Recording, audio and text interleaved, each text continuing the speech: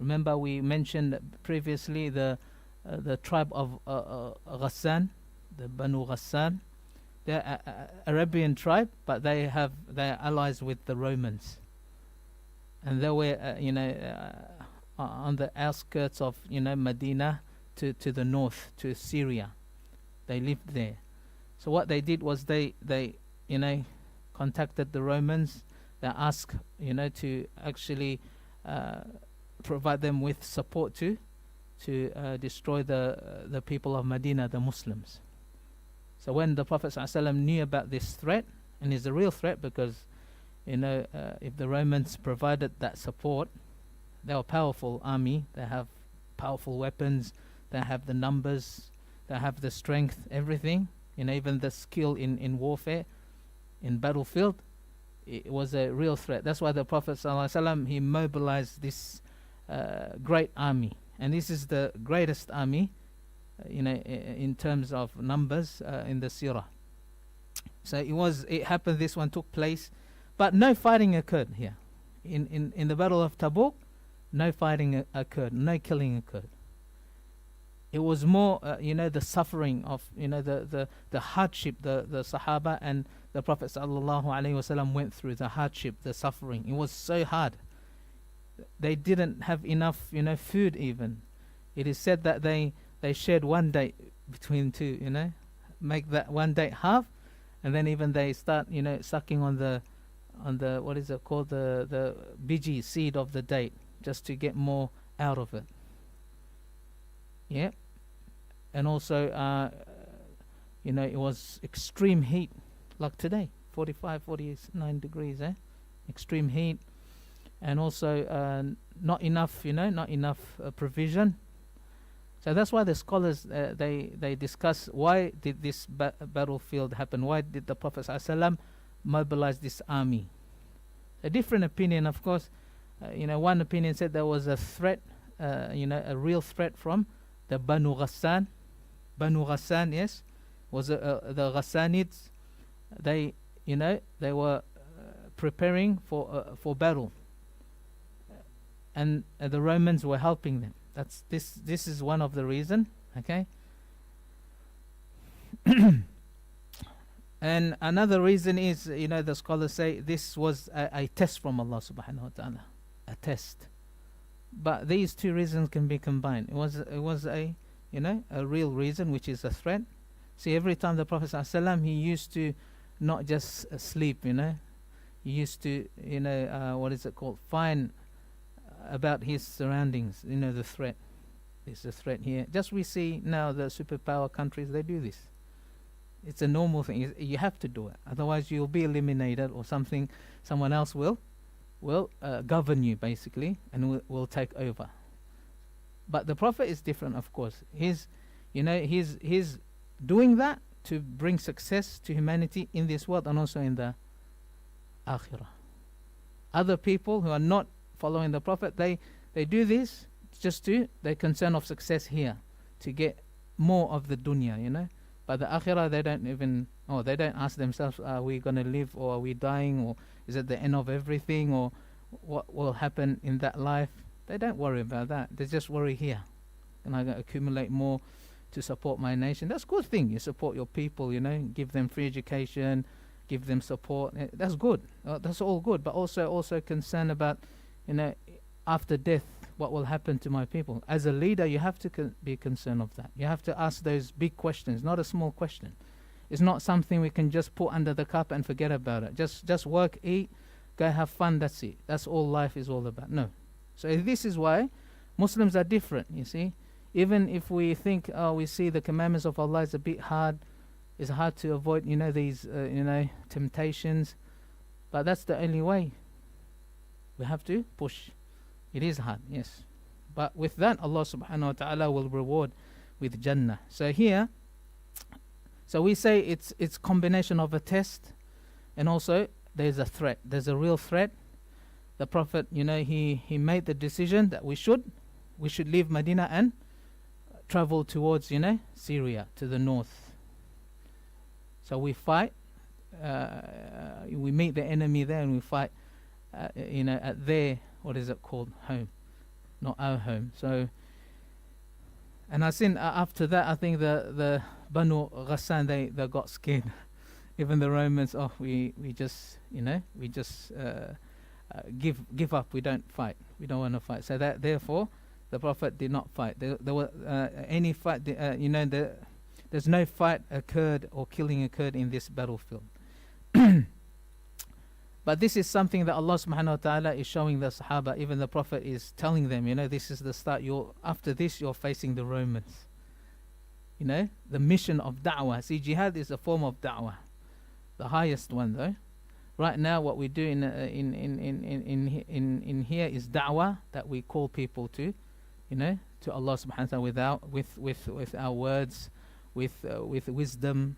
That's our da'wah now. We educate with our actions. We make people, turn to Islam, turn to Allah subhanahu wa ta'ala. That's what we do now, not the highest one, which is involved, the authority or, what is it called? Controlling someone else. No.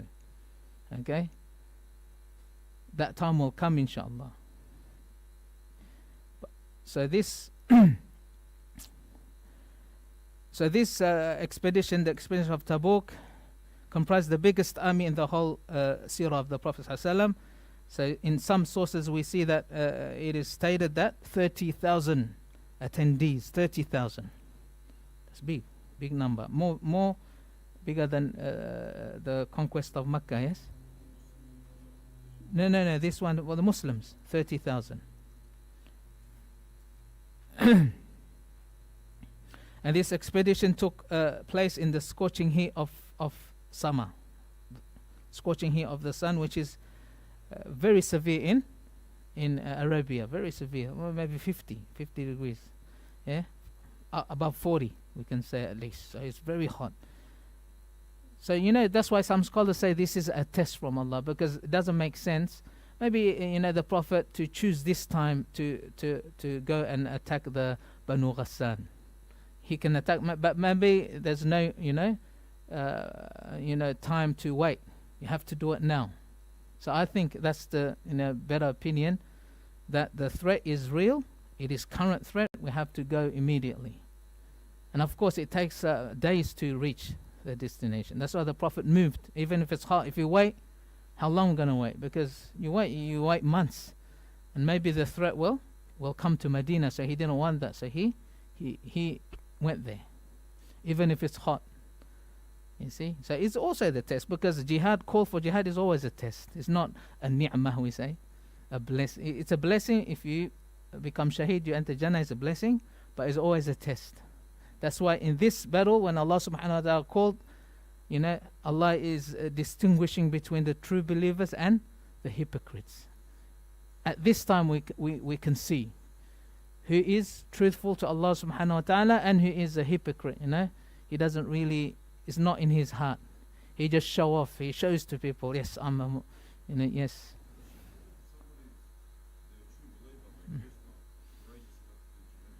Courageous enough. That's not a munafiq. No. Yeah, they're not brave, that's all. They're not brave. Yeah. It's not a munafiq, no. No, it's not a munafiq. He's a believer, and then we can find a way to make him brave or something, but yeah, that's not a sin, because see, that feeling is from Allah too. But when it's a battlefield, you can't run away. That's the one thing. If you run away, it's a great sin. But to go and to take part, maybe if you're too scared, maybe there's some other way, you can just stay. Yeah, because too extremely scared, he will just, what happens like, because every fighter is scared. Every fighter is scared. Yeah, there's so many, there's a called roles you can do, yeah? But imagine if you're not resisting anything, you can't even hit a person. You just freeze. You just freeze your hand, you can't move. Some people are extremely scared. They can't even speak in public. For example, some people, when they speak in public, their hands are shaking, their feet are shaking. Yeah? So that one, maybe he needs to do some other roles. Maybe look after the sick, or maybe provide some, food to the fighters. But his taking part. or maybe with his wealth. That's the same thing. But munafiq is someone who doesn't want. His heart is the enemy to Islam or to the cause of Islam. That's munafiq. He doesn't want to contribute and he finds excuses, and his heart is with the disbelievers. Yes? Yeah. But he's showing, of course, when there is good things, he will show, I'm Muslim too, you know. When there is food in, for example, Eska, he comes, for example. For example. But he's the enemy of, you know, he's the enemy inside. Huh? Musuh bawah selimut, yeah? Musuh dalam selimut. Like you share one one blanket, but he's an enemy. Or that person is an enemy to you. Enemy under the blanket, they say, you know. That's for husband and wife. That's domestic. But that's what it is, you know. The munafiq, his heart is completely off. Completely off. But what you said, he fear, that's normal thing. Normal thing, you know. We also fear. I don't think we can do anything. I haven't tried punching anyone in my life, you know, so it can be hard to punch someone. Yeah? Never tried. You know, sometimes as a kid you may have punched someone at school, you know, fight. Me, never. you go, so yes. So here so this army is known to, you know, in the books of Seerah, the army of hardship. Jayshul Usra. Even in the Quran, the word Usra, Asir means hardship. Inna ma'al usri yusra. So usr is hardship, difficulty, you know. So this is called Jayshul Usra. Even in Hadith, when we find narration about this, you know, battlefield, it's called the Jayshul Usra, the army of hardship. Because the extreme difficulties suffered, and there's no actual fighting taking place. So but again, you know, if there is a call for jihad, go for jihad, you have to go. With all the difficulties, you have to still bear the difficulty. And then Allah subhanahu wa ta'ala mentions in the Quran, the meaning is, Allah has certainly turned in mercy to the Prophet. This is in Surah Tawbah. لَقَدْ تَابَ اللَّهُ عَلَى النَّبِيِّ. So Allah has certainly turned in mercy to the Prophet as well as the immigrants and the helpers. وَالْمُهَاجِرِينَ وَالْأَنصَارِ, the helpers. الَّذِينَ اتَّبَعُوهُ, who stood by him, who followed him, who stood by him, who were with him in the time of hardship. في ساعة العسرة. ساعة means time. Hardship, عسرة. من بعد ما كاد يزيغ قلوب فريق منهم. After the hearts of a group of them had almost faltered. You know, they changed their mind. Almost they want to change and say we should just remain and return back to Medina. That's a Jaish in Arabic means army. Jaishul. And then Allah subhanahu wa ta'ala then says, He then accepted their repentance. So this is the weakness, you know, the weakness of human beings. And we will read about the one Sahabi who didn't go. There was three. There's one, his story is more told in Hadith and also in the books of Surah. One Sahabi, I mean, there's three, yes. وعلى الثلاثة in Quran also it says وعلى الثلاثة, the three who did not who did not go with the Prophet, and Allah has said He forgave them. But one Sahabi, his story is he narrated the whole entire story about himself, why he did not go. Ka'ab, yes. So and then Allah subhanahu wa ta'ala he said, so there were, you know, they were experiencing extreme hardship. Even Ibn Abbas radiallahu anhuma, he asked Umar ibn al-Khattab about the army, about the, you know, the companions of the Prophet sallallahu alaihi wasallam. Umar radiallahu anhu, he replied, we left with the Prophet to Tabuk in extremely hot weather, and we were so thirsty that we thought our throats would collapse. Very thirsty, no water even. People went out in search for water but returned even more tired. So they went, because in the desert sometimes you see this, you know, like what they call it, like some water from afar, from a distance. Oasis? No, it's not real water. It's a reflection of the sunlight. on the desert. Fata Morgana, yeah. And then you go there, there's no water. So the Sahaba maybe thought, oh, there's water there, or maybe searching. Of course, you get more tired. Yes, you are, exerting energy. So, yeah, so they came back with no water. Even some, sacrificed their camels just to, get some water or some, dehydration from the camels, and to eat their meat as well, to the flesh. I think the camels have some, they can store water. So in a way, I don't know how they do it. Huh? The water, yeah. Because they can preserve water. That's why the camels, they can travel for days without drinking. Fat, yeah.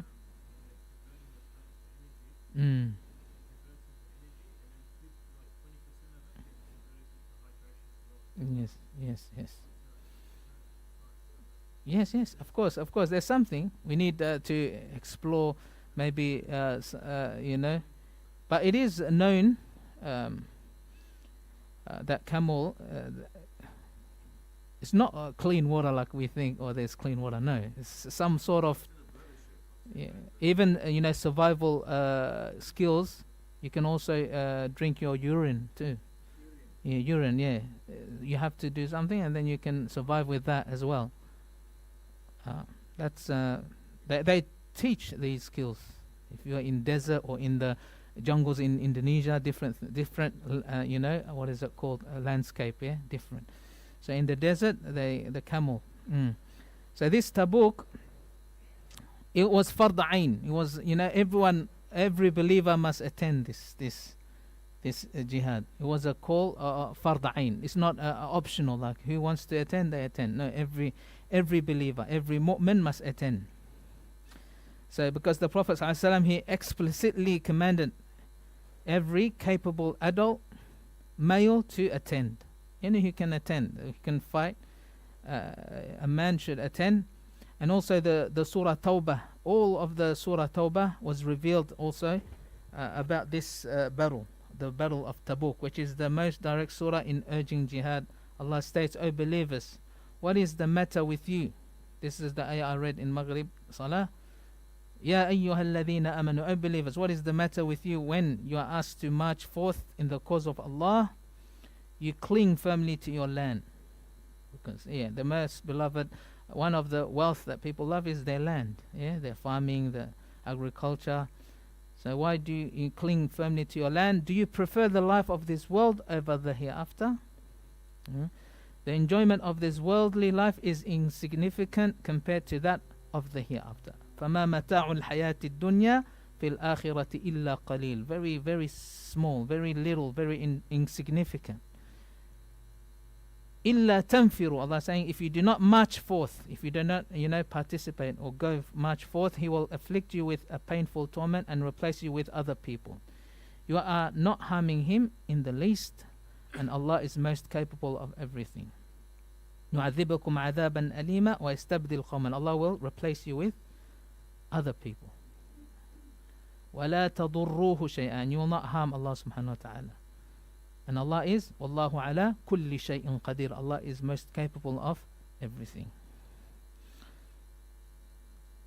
These strong commands corroborate the theory that expedition of Tabuk. Okay, this is some, opinion that this is like a test, But again, I said we can combine. It was a threat too, a real threat. It's not like there was no threat. It's always a threat, Even, you always have threat. But that threat can be small. You can just ignore it. Or it can be big. You can't ignore it anymore, any longer. You have to do it. You have to get rid of it immediately. So there's always threat.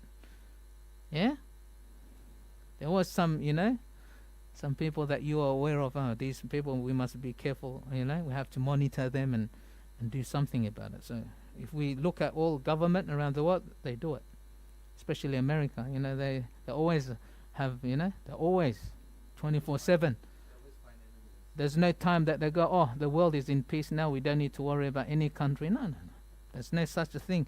You have to, and that's how they govern. So we can say that the whole world is governed by America, 80%. Because they have power, that's what they have, the wealth. they what is it called? They control the economy, and Muslims are not, because we, I think it's a plan of Allah subhanahu wa ta'ala too, plan of Allah, because we have many haram things we can't trade, but the non-Muslims, they trade everything, haram, not haram, everything they trade. So which means they will get more wealth. Is that success? No, it's not success. And then Allah subhanahu wa ta'ala clearly said in Quran, وَالْعَاقِبَةُ لِلْمُتَّقِينَ, the ending, the good ending will be for those who are, have fear of Allah subhanahu wa ta'ala. So this whole situation will collapse, and as we believe in hadith, the Imam Mahdi will come and the Prophet Isa again will return, and that will flip the entire thing. How? I was asked my teacher, are we fighting with these weapons or the sword and arrow again? So the answer is not clear.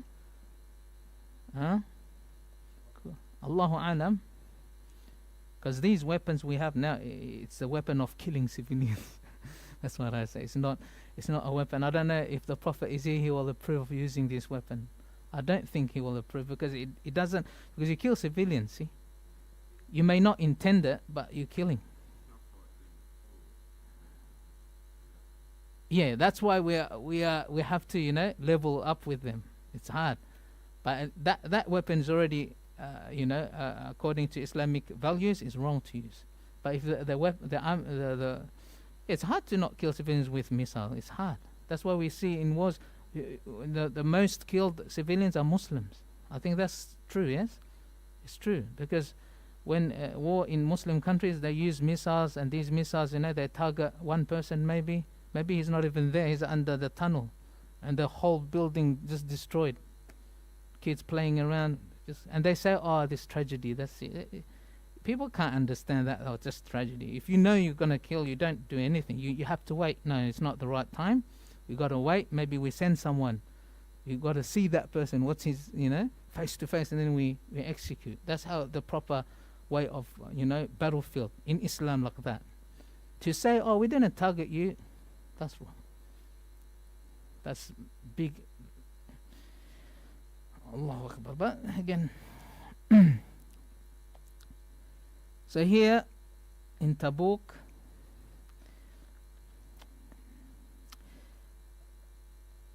is a test from Allah subhanahu wa ta'ala. Yes, it's a test. Even in the battle of Badr is a test, the battle of Uhud is a test, and all the battles after that is always a test. And this test will, Allah subhanahu wa ta'ala, what is it called, separates the true believers and the hypocrites. And other tests in life too, not just battlefields, even the test in our life, like sometimes we have problems, that's also because Allah subhanahu wa ta'ala said, إِنَّا خَلَقْنَاكُمْ what is it? أَحَسِبَ النَّاسُ أَن يُتْرَكُوا. In Surah Ankabut, Allah subhanahu wa ta'ala said, do people believe that they will be left after they say, say that we believe, أَن يَقُولُوا آمَنَّا, after they, make the statement that we are believers. Do they think that we'll just leave them? وَهُمْ لَا يُفْتَنُونَ, and they're not trialed and tested. We have, tested and examined the previous nation to know. لَقَدْ فَتَنَّا الَّذِينَ مِنْ قَبْلِهِمْ فَلَيَعْلَمَنَّ اللَّهُ الَّذِينَ صَدَقُوا. So Allah wants to know, Allah knows the true ones and the false ones, the liars, the hypocrites. Yes. So here as well, but the Prophet ﷺ, in Seerah, we before embarking on the journey, he asked the Sahaba to contribute, because contribute for the battle, for the expedition. So Uthman radiallahu anhu, he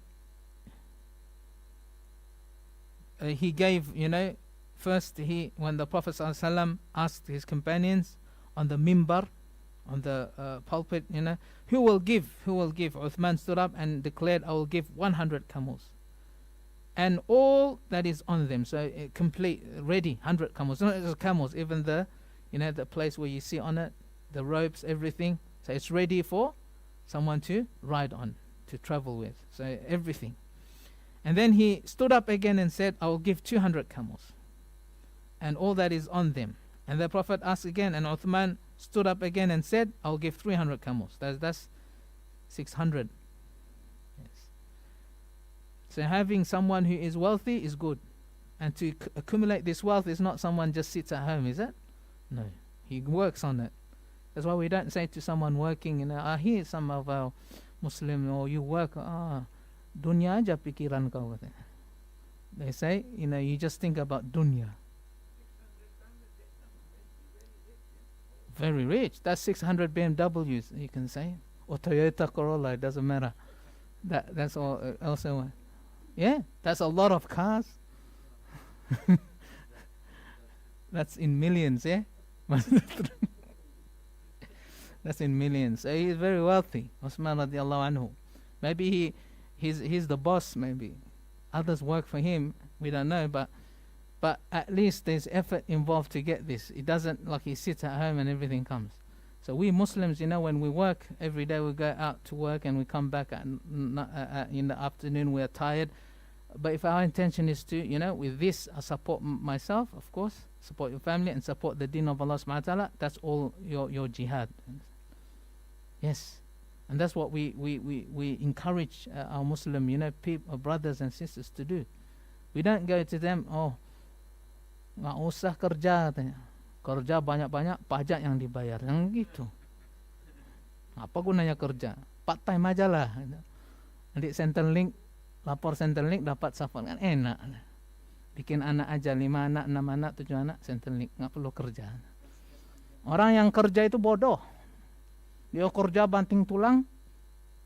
They say, people who work are stupid people. They work hard, but the tax money goes to the tax. And the higher your pay, the more you pay tax, which is good to me. It's good. You have to pay tax. How can you enjoy these, metro trains and all these public facilities without paying tax? It doesn't make sense. Doesn't make sense. You have to contribute.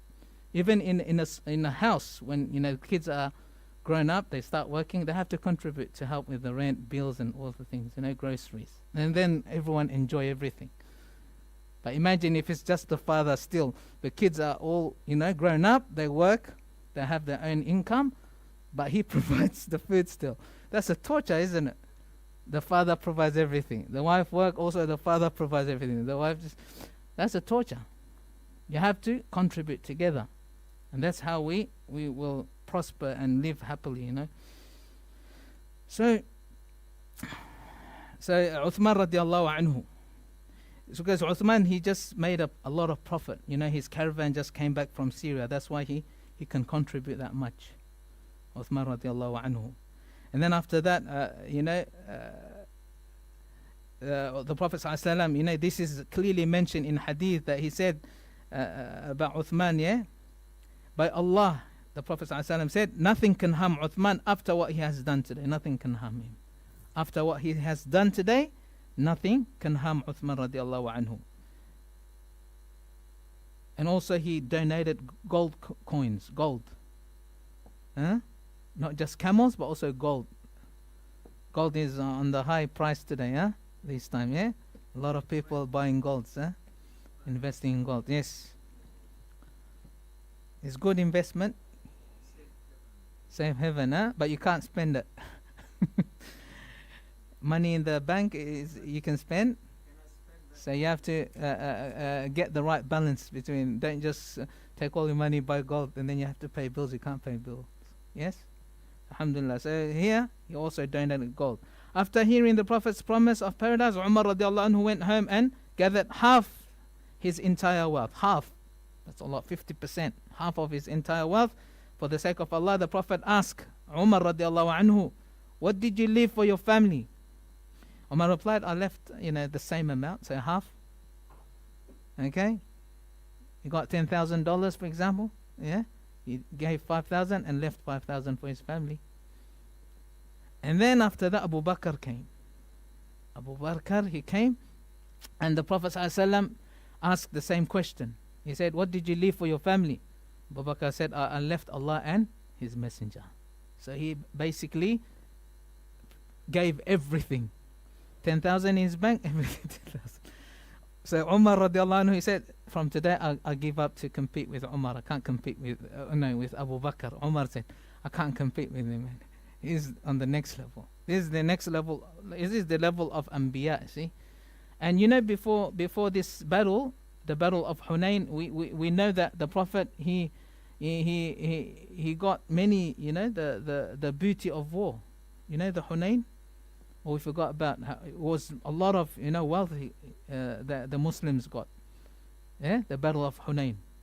Thousands of, you know, sheep, goats and camels.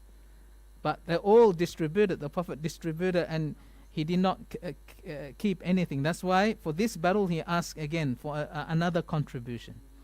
So he did not keep anything. He gave it all to remember the people of Quraysh who just embraced Islam, or some haven't embraced Islam, but the Prophet wanted to soften their heart. Yeah? They did not embrace it, but the Prophet gave them something, 100 camels to just, you know, get them to like Islam. So Umar radiallahu anhu said, after today, I will never compete with Abu Bakr. I can't compete. And now, you know, some of the hypocrites, see, this is the hypocrites. They just want to stir some fitna, you know, amongst the people. So the hypocrites, you know, they always, you know, engaged in bad talk. You know, those who contribute a lot, like Uthman, they called him a show-off. Oh, this guy is a show-off, you see. You know, and those who contribute little, maybe $10, whatever they have, you know, within their means, they go, oh, what do you think this is going to do something, you know? So these are hypocrites. They just want to cause people to not feel good about themselves. This is what it is. The one who contributes, show off. He wants to show off to people that he's capable, he's got all this money, he's not doing for the sake of Allah. And then those who give like small amounts and goes, do you think is going to do anything? La hawla wa la quwwata illa. So, huh? Yeah, they were not big in number, but they were there. Not big in number, no. Leave them. He did not punish. He did not punish, you know. That's why we see the Prophet, you know, he does not just, you know, they're causing harm, this one, yeah. Of course, he knows, yes. Yes. Yeah, do not punish. He socialized with them normally too. You see that? Also going, or if you take governing of area, you start killing those who disagree with you, that's wrong. You see that? Yeah? What some extremists do, that they take control over a city, let's say, a small one, not the whole country, a city. They start killing, for example, those who disagree with them, even Muslims, for example. Or you're Shia, or you're this, you have a different, you're Khawarij or whatever, we kill you. The Prophet, this is munafiq, yeah? He didn't, because they live under his government. So there is, there's no killing of them. Even if they commit killing, the thing is, by law you face death as well, because you murdered someone. That's it. There's no killing of entire, you know. That's what we see in Seerah. That's why those people who are, you know, they call Daesh, they call it Daesh. Yeah, you know what Daesh? Huh? They call in the Middle East Daesh. In here they call Islamic State, which I don't like that term. Huh? Yeah, they call it ISIS here, Islamic State of I don't know what's ISIS. They so I don't like when you know put Islam, because Islam has nothing to do. In Seerah, or the ISIL, which is Islamic State of the Levant or something. Yeah, these people are different. Yeah, they don't present the Seerah in. I don't know until now. I've studied 8 years and kept finding out, because I want to find out if Islam tells us to just what is it called, like kill civilians or do something. Is it something that Islam? And I see no. Do you understand? Even if you read the Quran only, You know Arabic, you don't see it. Yeah, so that's why it's killing civilians is not allowed. But even the other people do it too. In millions they kill. But they say it's a tragedy. They know how to sugarcoat. It's a tragedy, they say, which is, it's worse. Alhamdulillah ala ni'mat al-Islam, because we have this religion. And again, Allah subhanahu wa ta'ala will, hold every one of us accountable. You go for war. Why did you go for war? You went for war, okay? You killed all these people. Why? Yeah, that's a severe. No one can answer that. If you're not on the right path, so Allah will punish severely. So for us as Muslims, we're being killed. We don't want, we try to keep ourselves safe, but we're killed. We are martyr. Even not in battlefield, not in war. Just like, for example, you live in a house and the whole entire house collapses, because you are shaheed in Islam, you see. Allah forgives your sin. That's what shaheed is.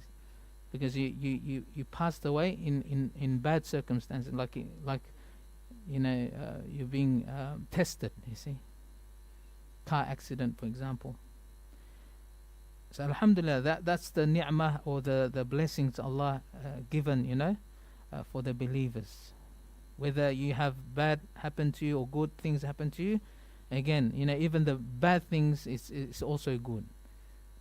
If you have a bigger scope when you look, you look your akhirah, someone lost his investment, for example, let's say $500,000 lost investment because there's a Ponzi scheme or something. He will do what he can do in this world, but he will have that sabr, because that $500,000 will benefit him in akhirah, definitely, in the better way, So that belief will calm his heart. He will say, look, قدر الله ما شاء فعل, this happened, and I do ihtisab, meaning I hope the reward from Allah subhanahu wa ta'ala. He's not at loss then. Even in dunya we see he's losing. He planned to build a house, now he can't build. Yeah, but in the reality he's not losing anything. He's gaining. He's investing in his akhirah. So here, so Abdullah ibn Ubay, we know this name. He's the leader of the hypocrites. Abdullah ibn Ubay ibn Salul. He laughs at, ridiculing, at some companions of the Prophet, when they give little. He said, do you think Allah needs these dates? Some people give dates even. You can get half a kilo date, for those who go. Allah have dates. They give dates. You think this date is going to do something? But in Islam, even like 50 cents will do something. And we'll see, it does something.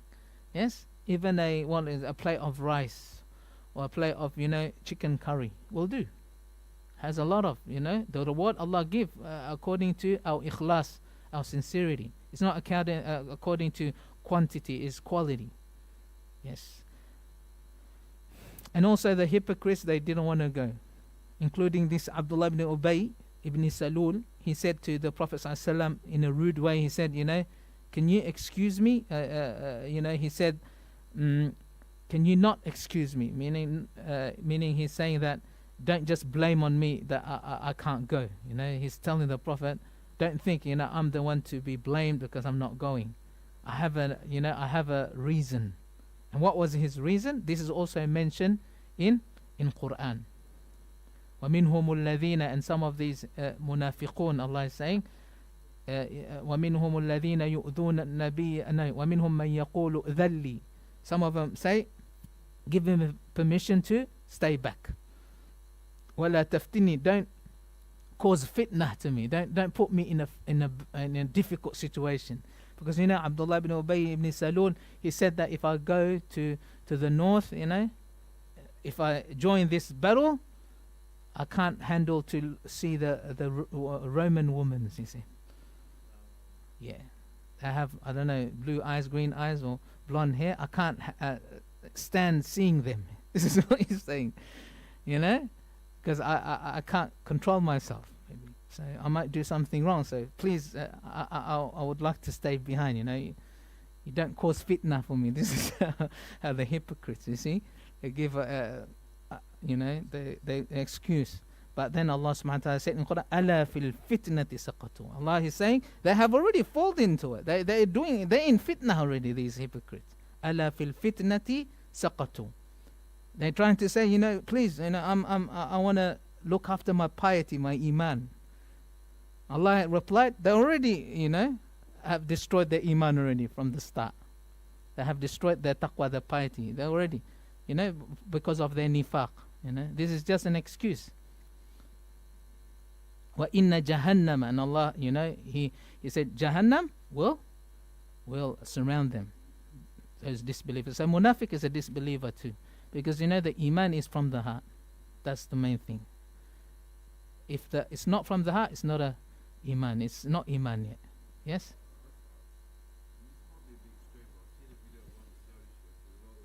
Yeah.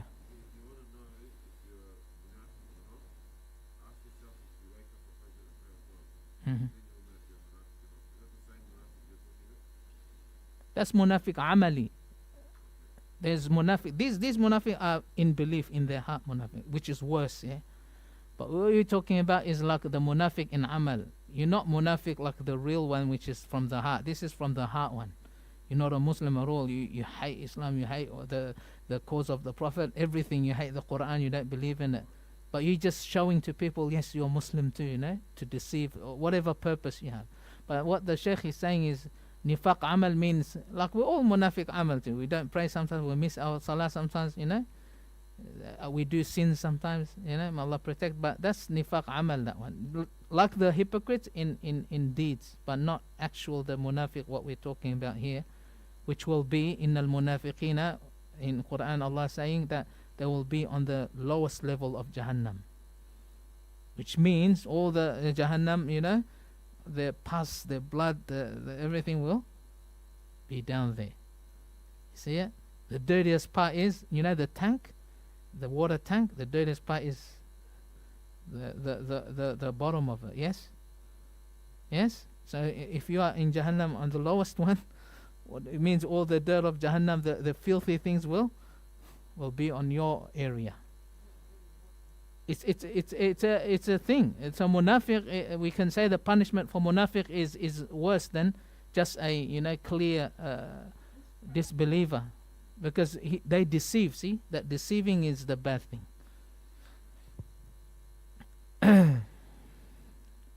So he said, exempt me and do not expose me to temptation. They have already fallen into temptation. Allah replied in the Quran, and He will surely engulf the disbelievers with Jahannam. And then also in another verse in Surah Tawbah, Allah subhanahu wa ta'ala said, the hypocrites who remained behind rejoiced for doing so in defiance of the Messenger of Allah, and hated the prospect of striving with their wealth and their lives in the cause of Allah. They said, do not march forth in the heat. La tanfiru fil har. Don't march forth, in the heat.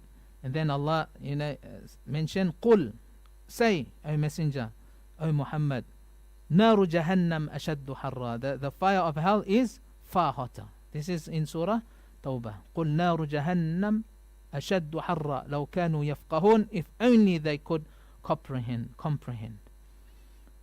فَلْيَضْحَكُوا قَلِيلًا. Allah saying, so let them laugh a little. They're laughing.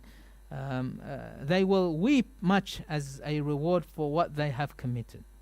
وَلْيَبْكُوا كَثِيرًا جَزَاءً بِمَا كَانُوا يَكْسِبُونَ. For it's a reward for what they have committed.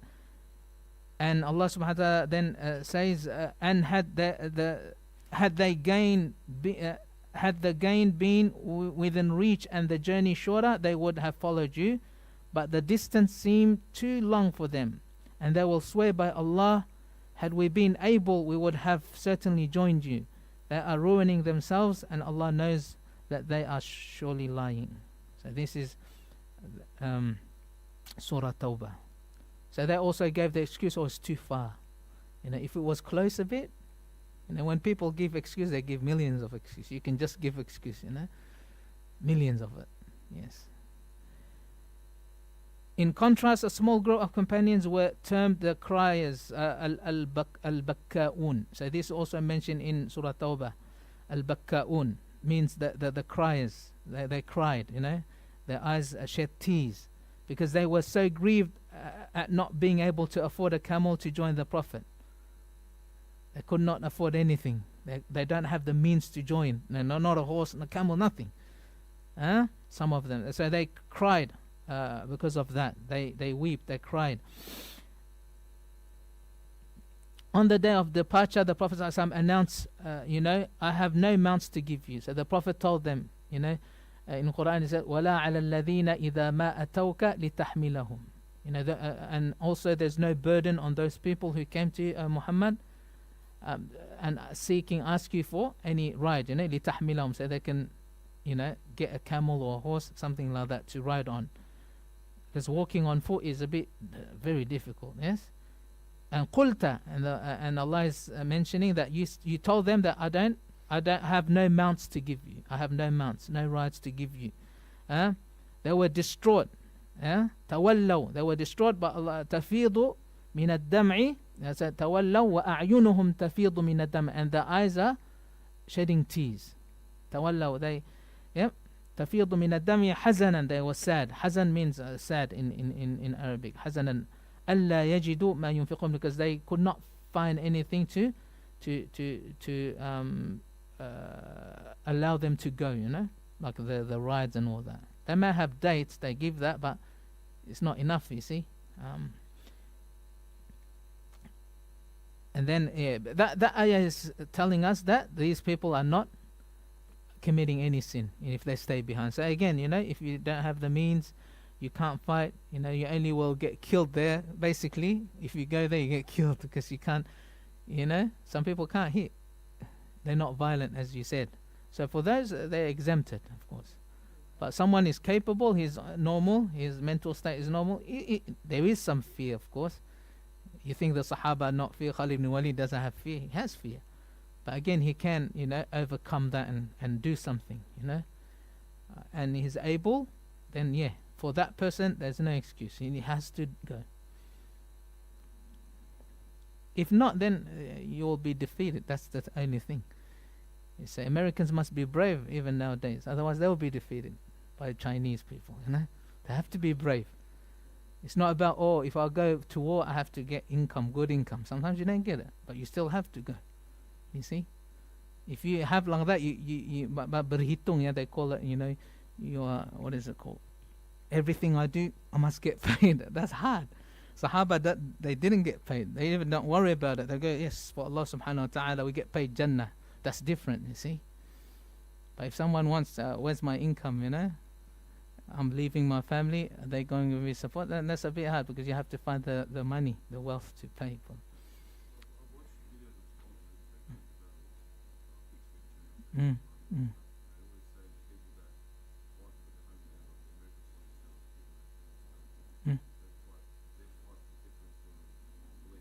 Yeah.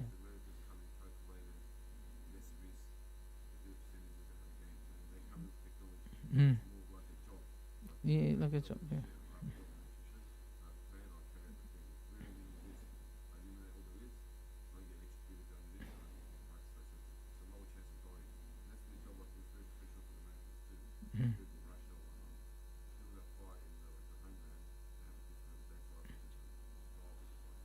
Yeah, they have plans too, but not like that plan.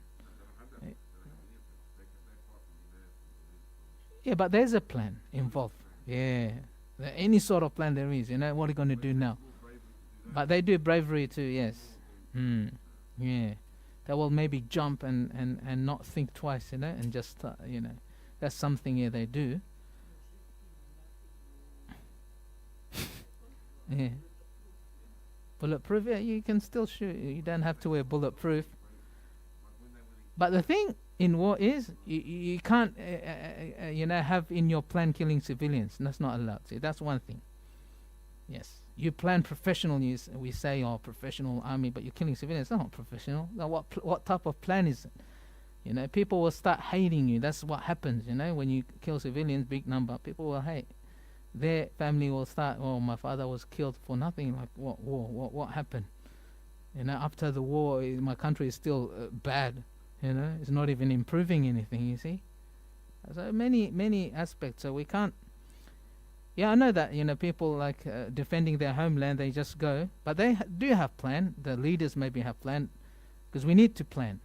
Plan is important part. See, the Prophet always planned. He didn't go, just go, let's go. Tawakkal ala Allah, let's go. And there's a plan. You have to plan. But the category, of course, now is computer, AI, intelligence and spy planes. Of course, it's more complicated. And therefore, we see, it's more work to be done. But if we have more of that, we should not kill civilians, don't you think? You have all those technology, but you're killing civilians. What's the point? What's the point? What's the point? You think you have intelligence? It's better to have just sword and arrows. You don't kill civilians. It's the best way of war, of killing.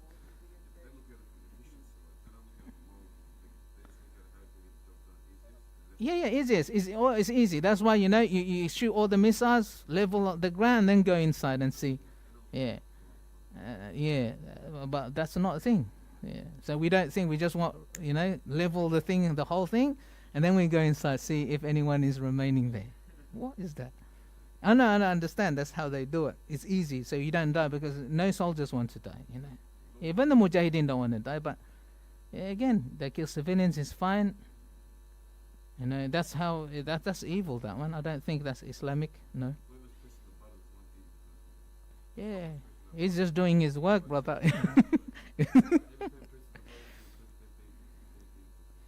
As I mentioned before, Yeah.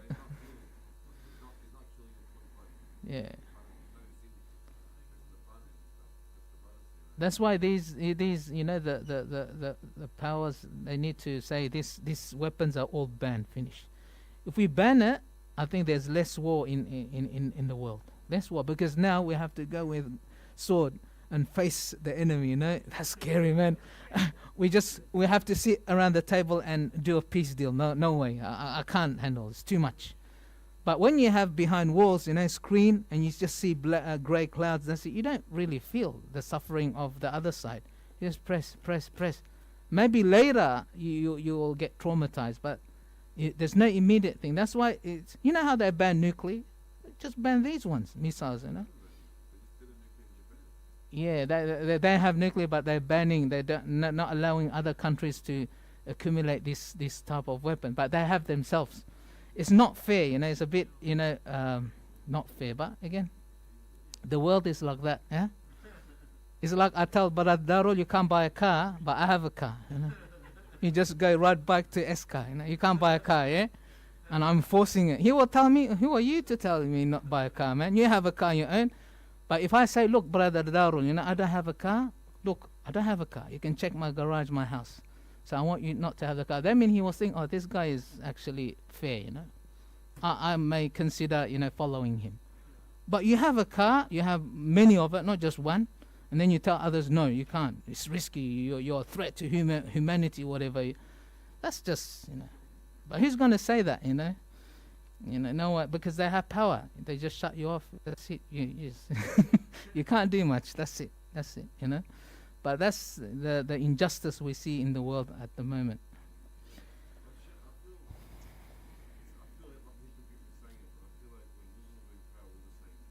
Mm. Mm.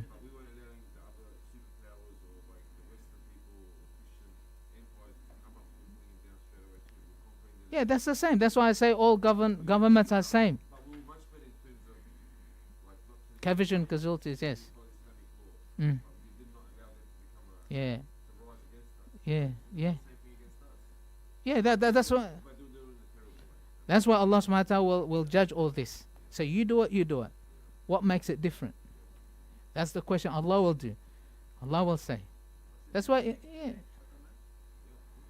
yeah. No, that's true. Look, the Prophet sallallahu alaihi wasallam, look what he is doing. He didn't stay in Medina. He didn't say this is our Muslim, area. That's it. We just live here, die here.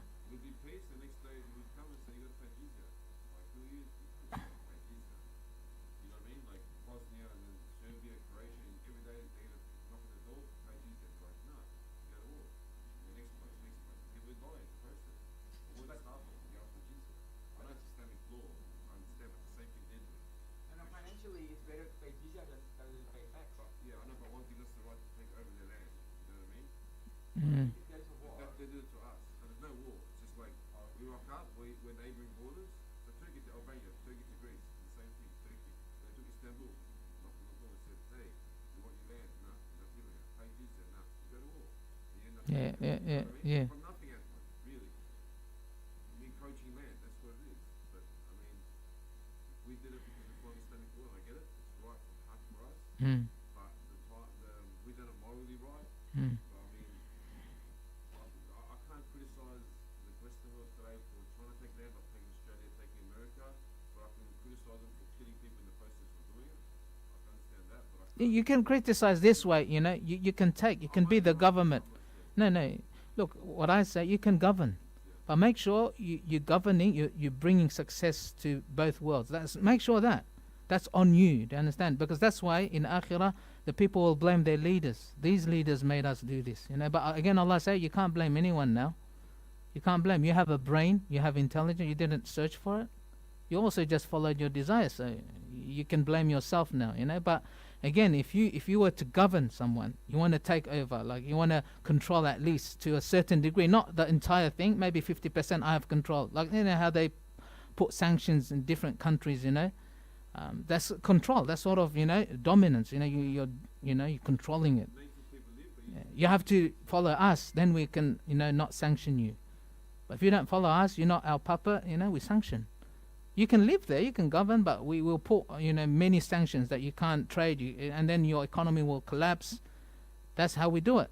You don't need to go to war. That's same as jizya. I give jizya, same thing. You know, the same concept. You make others suffer. You know. You're not going to war with them, but one day you will go and destroy them, whatever it is, the case may be. But again, you have to make sure, are you, you know, actually saving humanity from hellfire? That's Islamic perspective. These people don't think that. They just go, oh, who cares? Oh, hereafter? Do you even think there's a life there? Yeah. That's when in Akhirah everything will be judged, you know. All these leaders who have powerful weapons, they go here, go there and this. They do a lot of killings. Allah will judge them, and that day is coming, and not even a single thing will go away. You know, like every detail. You know, the small and the big, every sin, every wrongdoings. That's why we just, you know, we do what we can do. Yeah, but it's not, you know, it's not everything, you know, sweet and you see.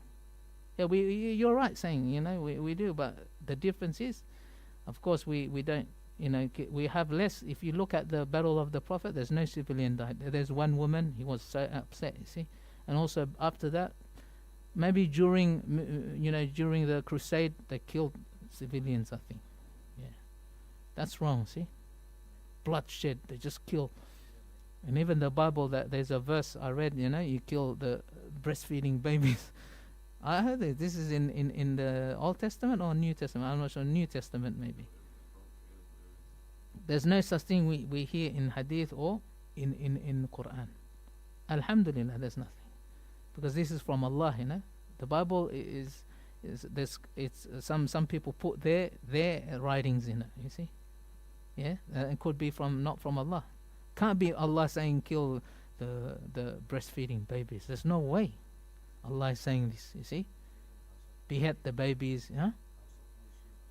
House of worship, scholars, you know, rabbis, you kill them. No.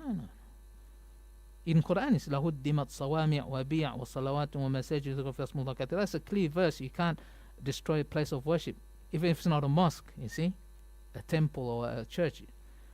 And Allah is saying, if it was not the law of Allah, He's saying, in war, the place of worship would be destroyed, including masjid. You know, that's a clear ayah in Surah Anbiya. Yes.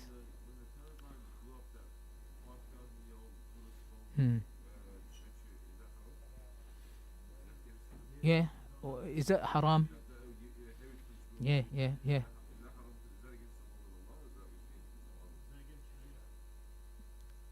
You see, that's the thing. That's like the question. For example, you say, no, this is politics. Yeah, look, you know the Treaty of Hudaybiyah. I'll give you an example. That if the Muslim came, they're punished. Yeah, that they're bleeding. For example, bruises every day. Came to Medina or to the Muslims seeking protection, the Muslims must return. Must say we can't help you, you know. Even they're able to help. I say we can't help you. We have a treaty with the, you know, the Treaty of Hudaybiyah.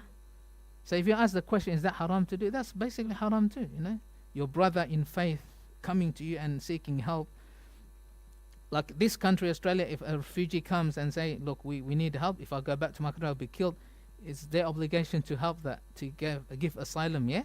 Because if they don't do it, it's unlawful, isn't it? If they send back to your country, go, oh, you die, I don't care. That's your problem. No, not like that. But this one, the Prophet said, he even, once the Sahabi came, he said, no, you go back. We can't. There's a promise.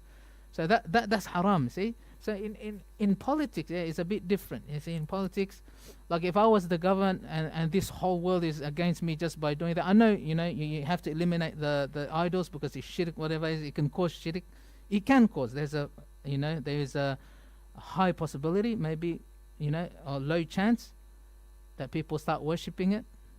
But the whole world, so you can choose which path, basically. In Islam, it doesn't really say if you have something, it's a world heritage, then you end up saying you have to keep it safe. If you keep it safe, it's against Islam. There's no clear. And also, you want to destroy it, you can destroy it. The Taliban just cut half, not the whole thing. Just the facial maybe, the one eye. So no face. Or you can just grind the thing, because the body is fine.